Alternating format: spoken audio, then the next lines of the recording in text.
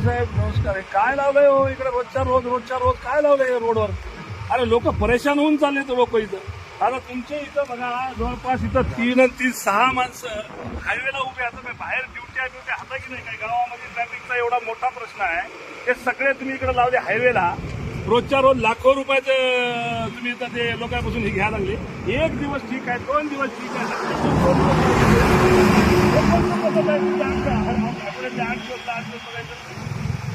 नाही हो, असं नाही. हे लोक इतकं हलकट बोलायला ना, लोक म्हणाले हे काय लावलंय म्हणाले धंदा सगळा.